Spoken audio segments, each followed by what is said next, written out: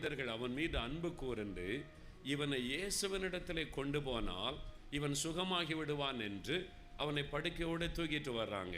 இயேசுகிட்ட கொண்டு போகலாம், இயேசுக்கு முன்னால் வச்சா போதும் இவன் சுகமாகி விடுவான் என்று கொண்டு வருகிறார்கள். ஆனால் ஜனங்கள் கூட்டமாக இருக்கிறாங்க. வீட்டுக்குள்ளே ஜனக்கூட்டம், வாசலில் ஜனக்கூட்டம், வீட்டை சுற்றிலும் ஆட்கள் இயேசு பிரசங்கம் என்றது கேட்டுக்கொண்டிருக்கிறார்கள். அதனால் இவங்களால் ஜனக்கூட்டத்துக்குள்ள அந்த மனிதனை தூக்கி கொண்டு இயேசுக்கு அருகில் போக முடியவில்லை. உடனே அவங்க யோசித்தாங்க, ஐயோ பாவம், இயேசுவிடத்தில் கொண்டு வந்த முடியவில்லை என்று திருப்பி கொண்டு போகவில்லை. வேதம் சொல்லுகிறது, ஜனக்கூட்டம் மிகுதியாக இருந்தபடியால் அவனை உள்ளே கொண்டு போகிறதற்கு வகை காணாமல் வீட்டின் மேல் ஏறி தட்டோடுகள் வழியாய் ஜனங்களின் மத்தியில் இயேசுவுக்கு முன்பாக அவனை படுக்கையோடு இறக்கினார்கள். வீட்டுக்கு மேலே ஏறினாங்க. மாடிப்படியில் ஏறி போனால் அந்த வீடு தட்டோடுகள் போட்ட வீடு.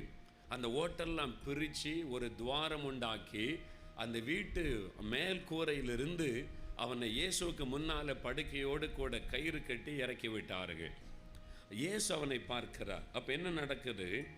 அவர்களுடைய விசுவாசத்தை இயேசு கண்டு திமிர்வாதக்காரனை நோக்கி, மனுஷனே, உன் பாவங்கள் உனக்கு மன்னிக்கப்பட்டது என்று இயேசு சொன்னார்.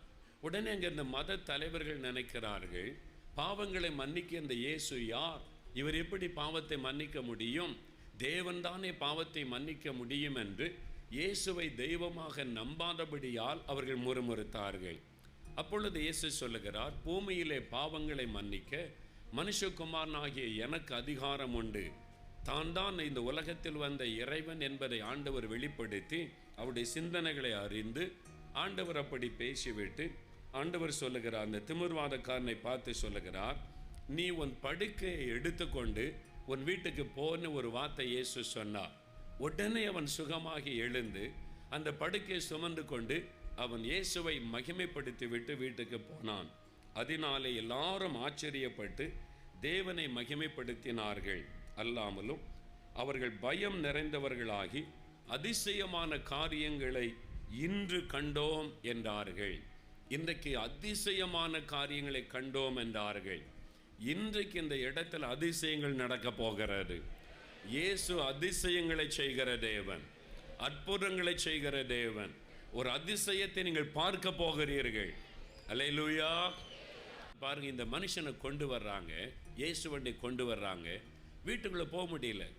உடனே மாடியில் ஏறி ஓட்டை எல்லாம் பிரித்து அந்த வீட்டுக்குள்ளே இறக்குறாங்க. கொஞ்சம் யோசித்து பாருங்கள், உங்கள் வீட்டில் இயேசு இருந்து அந்த ஓட்டெல்லாம் ஒருத்தர் கலட்டினா நீங்கள் என்ன பண்ணுவீங்க?